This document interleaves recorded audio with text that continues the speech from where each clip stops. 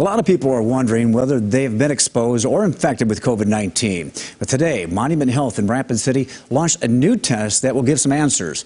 KELOLAND Sydney Thorson explains how antibody testing can help in the fight against the pandemic.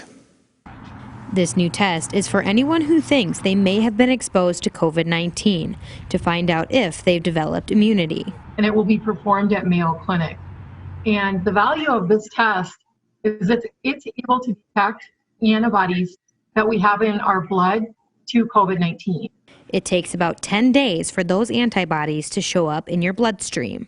After you believe you've been exposed or your post-onset of symptoms of 10 days, you're going to call our nurse triage line, and the nurse triage line is going to walk you through a couple of questions.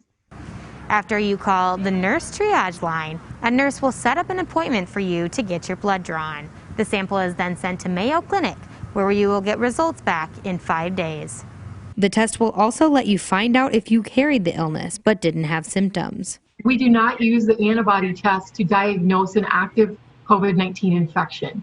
So it's more used to see if you've been exposed in the past, but it's not used to diagnose. If the test detects those antibodies in your blood, that means it's safe to return to work or go out in public.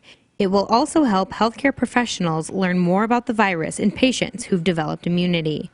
In Rapid City, Sydney Thorson, KELOLAND News. The test costs $100. Monument Health is working with the Mayo Clinic on developing a research project to determine if blood plasma from recovered COVID-19 patients could treat hospital patients with severe infections.